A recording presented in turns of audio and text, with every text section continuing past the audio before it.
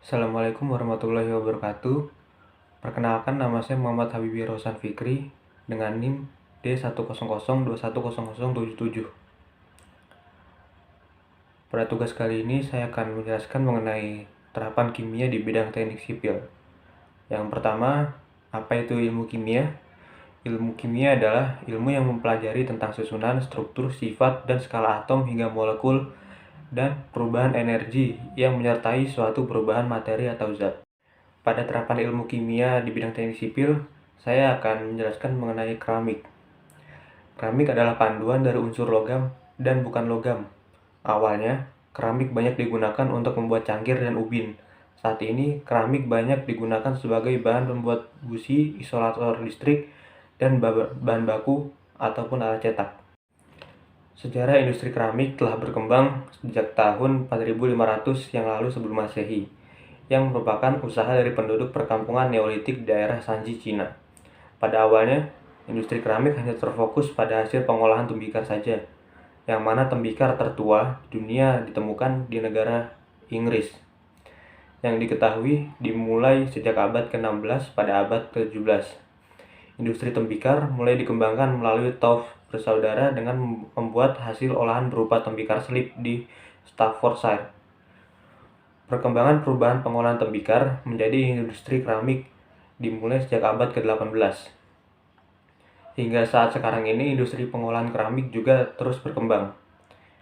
Tidak hanya di bidang perindustrian, teknologi materi bahan baku keramik juga mengalami perkembangan yang saat ini diarahkan pada spesifikasian, fungsi, dan kegunaan dalam tiap-tiap kebutuhan, baik industri yang berkaitan menangani kebutuhan rumah tangga, perusahaan, refaktori, industri mekanik yang berkaitan dengan mesin, cordite, elektronika, serta teknologi ruang angkasa. Keramik yang berpori dan kebutuhan-kebutuhan lainnya, negara Indonesia merupakan negara penghasil sumber daya material terbesar.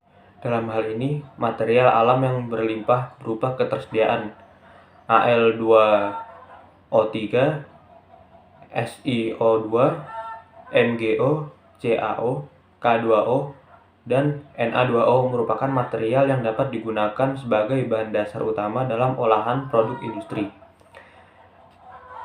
Dan olahan produk industri tersebut menghasilkan keramik. Perkembangan beberapa industri keramik di Indonesia berbanding lurus seiring dengan meningkatnya kebutuhan masyarakat akan produk hasil olahan keramik yang dapat berupa ubin maupun hiasan. Seiring dengan meningkatnya jumlah kebutuhan keramik di Indonesia, pemerintah mengharapkan hal ini dapat meningkatkan tingkat perekonomian negara. Industri keramik sendiri memiliki 3 bahan baku utama, diantaranya yang pertama ada lempung atau clay mineral, yang kedua ada pasir, yang ketiga ada feldspar. Untuk lempung atau clay mineral, lempung atau disebut juga clay mineral merupakan hasil pelapukan dari suatu bahan baku yang berupa aluminium silikat anhidrat yang tidak terlalu murni, di mana batuan baku tersebut mengandung feldspar dalam bentuk suatu mineral yang penting. Dalam hal ini, dihasilkan suatu reaksi yaitu K2O, Al2SO3, 6SiO2 ditambah 2H2O ditambah CO2, K2CO3 ditambah Al2O3, 2SiO2, 2H2O ditambah 4SiO2.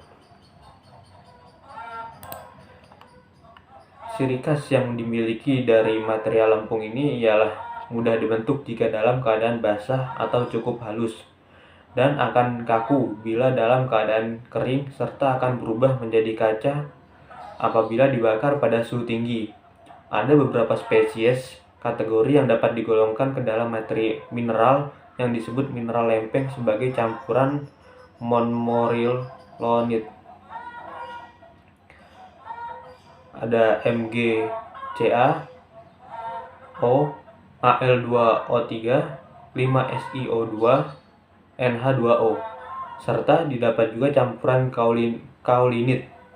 Ada Li2O3, 2SiO2, 2H2O, dan ilit. K2O, MgO, Al2O3, SiO2, 2H2O. Baik, yang kedua ada pasir. Pasir merupakan bahan non-plastik yang ditambah ke dalam komposisi material olahan keramik yang memiliki fungsi untuk mengurangi penyusutan dan mengatur plastisitas serta menaikkan temperatur sintering. Yang ketiga ada feldspar. Feldspar merupakan bagian dari mineral-mineral yang diperoleh dari batuan-batuan karang, ditumbuk serta dihaluskan. Feldspar memiliki sifat seperti tidak dapat larut di dalam air, terkandung di dalamnya silika, serta memiliki fluk dan kandungan alumina sebagai bahan-bahan itu dapat berfungsi sebagai memproduksi glasir pada suhu yang tinggi. Feldspar akan melebur dan meleleh seperti leburan gelas. Apabila keramik dibakar, leburan gelas ini akan menyebabkan partikel yang terkandung seperti beberapa tanah dan bagian lain yang dapat melekat atau menempel dari bagian satu dengan yang lainnya. Apabila keramik dibekukan, akan memberikan power pada keramik sehingga badan keramik akan menjadi lebih kuat. Ada 3 jenis feldspar yang dapat diketahui, seperti yang pertama ada K strip feldspar atau Al2O3, 6SiO2, K2O. Yang kedua ada Ca strip feldspar, CaO, 6SiO2, Al2O3, dan yang ketiga ada Na strip feldspar, Na2O, 6SiO2, Al2O3. Sekian penjelasan terapan kimia di bidang teknik sipil pada keramik dari saya. Kurang lebihnya mohon maaf. Assalamualaikum warahmatullahi wabarakatuh.